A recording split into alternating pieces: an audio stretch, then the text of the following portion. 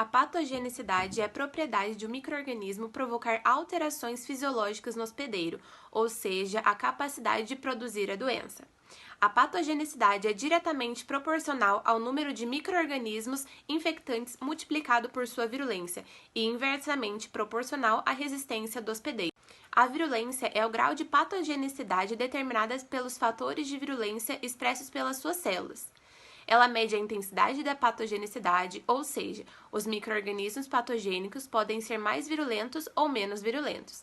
A virulência está diretamente relacionada à patogenicidade de um micro-organismo e é afetada por diversas variantes, tais como seus mecanismos de patogenicidade, sua rota de entrada no corpo, o número de organismos infectantes e as defesas inatas e específicas do hospedeiro. As infecções exógenas são de origem externa ao organismo.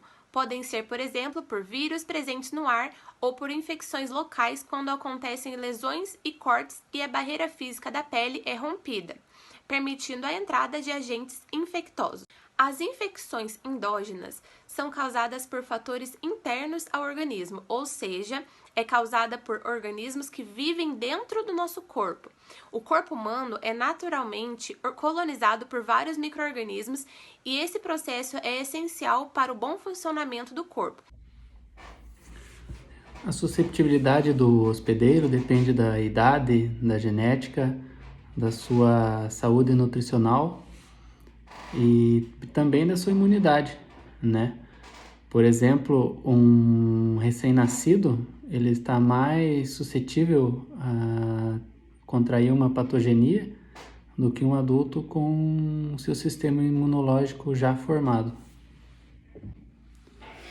Falando sobre a dinâmica das doenças, primeiro o indivíduo entra em contato com o agente infeccioso, né? Logo após ocorre a incubação e os micro-organismos se multiplicam de forma exponencial, aparecendo então os sintomas. Existe também o período de transmissibilidade, que é quando o indivíduo transmite infecção, podendo ou não apresentar os sinais da doença. Agora eu irei falar das formas de transmissão por patógenos.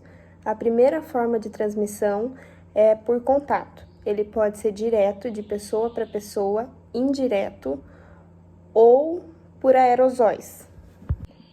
A segunda forma de transmissão é a transmissão por veículos, que são eles: água, alimentos, solo e ar. A terceira forma de transmissão é a transmissão por vetores artrópodes, que são as rickettsias. A quarta forma de transmissão é a transmissão por animais, como a salmonela. A patogenia é um ramo da patologia que se dedica a analisar a origem do estado morboso. A sua finalidade é estudar os acontecimentos que se desencadeiam a partir de um fator etiológico e chegam até a manifestação da doença.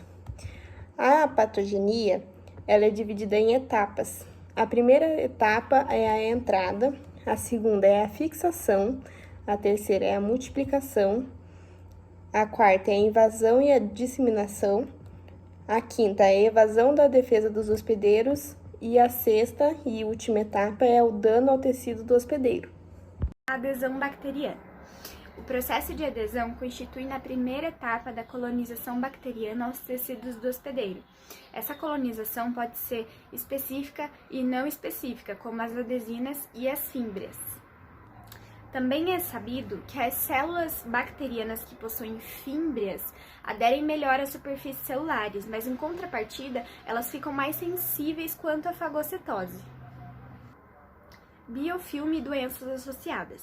Identificar, diagnosticar essas doenças associadas ao biofilme, elas norteiam-se em 6 pontos básicos. O primeiro seria a associação da bactéria patogênica a uma superfície. Essas infecções crônicas podem ser estabelecidas em vários tecidos, como ferida, pulmão, endocárdio, próteses e entre outros. O segundo seria o exame direto no tecido infectado. Isso acontece quando as células estão todas agrupadas. O terceiro é quando a infecção é restrita num local específico no hospedeiro. Por exemplo, em um só tecido, ou seja, tem um local específico que está agrupado, né? O quarto ponto seria a resistência aos antibióticos, porque os biofilmes, eles se desenvolvem através da sobrevivência bacteriana. Então, o quarto ponto seria esse, a resistência à antibioterapia. O quinto ponto é a cultura negativa mesmo após a documentação de alta suspeita clínica de infecção. E por fim, o sexto ponto, quando ocorre a resposta deficiente do hospedeiro. Por exemplo, quando acontece a chamada fagocitose frustrada. Bom, para auxiliar nesse diagnóstico das doenças associadas ao biofilme, né, podem ser usados a biópsia tecidual, a cultura bacteriológica, diagnóstico por imagem e até técnicas mais sofisticadas como a biologia molecular. Mas isso vai depender do objetivo da equipe médica, né? O que envolve toda essa doença, qual que é o objetivo da equipe médica.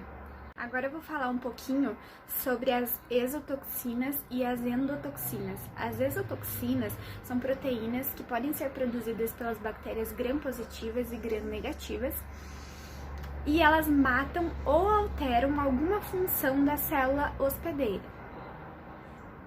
Já as endotoxinas são componentes da parede celular bacteriana gram-negativa que causam uma reação imune extremamente potente, podendo levar até mesmo ao choque.